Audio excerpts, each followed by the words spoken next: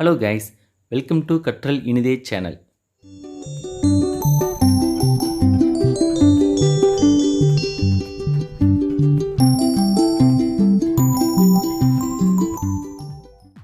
இந்த வீடியோவில் நம்ம எதை பற்றி பார்க்க போகிறோம் அப்படின்னா Windows 7 OSஐ எப்படி இன்ஸ்டால் பண்ணுறதுன்னு பார்க்க போகிறோம்.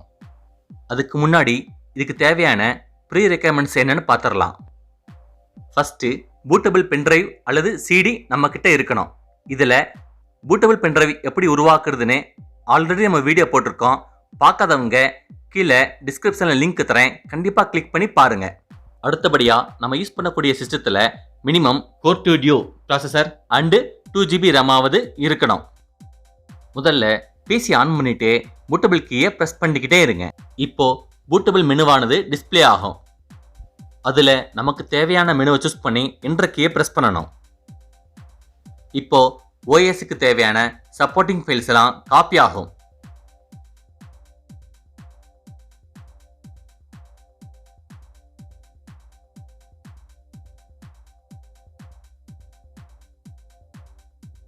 அடுத்து வரக்கூடிய விண்டோவில் நமக்கு தேவையான பேராமீட்டரை சூஸ் பண்ணணும்.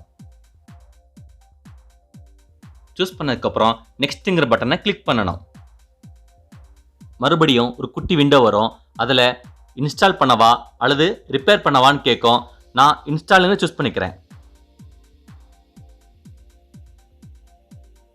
அடுத்து வரக்கூடிய விண்டோவில் நம்மளுக்கு என்ன டைப் ஆஃப் OS வேணும்னு கேட்கும்.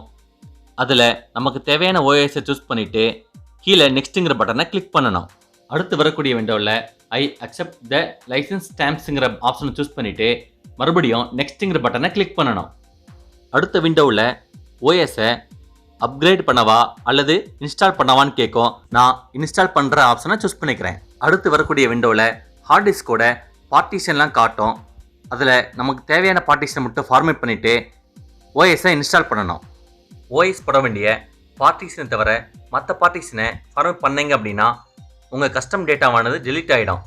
ஸோ அதனால் ரொம்ப கேர்ஃபுல்லாக OS பார்ட்டிஷனை செலக்ட் பண்ணி ஃபார்மேட் பண்ணணும்.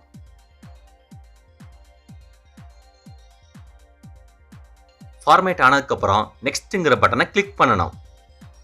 இப்போது OS உடைய இன்ஸ்டாலேஷன் ப்ராசஸ் ஆனது ரன்னிங் ஆக ஆரம்பிச்சிடும். கிட்டத்தட்ட இந்த ப்ராசஸ் முடிய 15 to 20 மினிட்ஸ் எடுத்துக்கும்.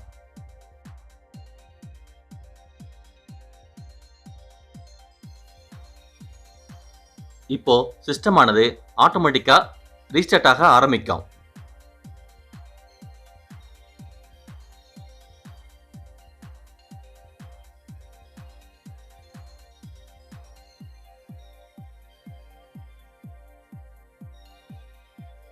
அடுத்தபடியாக சிஸ்டமானது ஆட்டோமேட்டிக்காக 2 முறை ரீஸ்டார்ட் ஆனதுக்கப்புறம் நம்மளுடைய யூசர் நேமை கேட்கும். நமக்கு தேவையான யூசர் நேமை கொடுத்துட்டு நெக்ஸ்ட்டுங்கிற பட்டனை கிளிக் பண்ணணும். அடுத்து வரக்கூடிய விண்டோவில் OSக்கு தேவையான பாஸ்வேர்டை கொடுத்துட்டு நெக்ஸ்ட்டுங்கிற பட்டனை கிளிக் பண்ணணும். அடுத்த விண்டோவில் OSக்குரிய ப்ராடக்ட் கீயை கொடுத்துட்டு நெக்ஸ்ட்டுங்கிற பட்டனை கிளிக் பண்ணணும். அடுத்த விண்டோவில் நமக்கு தேவையான பேராமீட்டரை சூஸ் பண்ணணும். அடுத்த விண்டோவில் டைம் ஜோனு கேட்கும். நான் சென்னை மும்பைங்கிற டைம் ஜோனை செலக்ட் பண்ணிவிட்டு நெக்ஸ்ட்டுங்கிற பட்டனை கிளிக் பண்ணுறேன். அதன் பின்பு ஒரு ஃபியூ மினிட்ஸ் வெயிட் பண்ணீங்க அப்படின்னா OS ப்ராசஸ் ஆனது கம்ப்ளீட்டாக முடிஞ்சிடும்.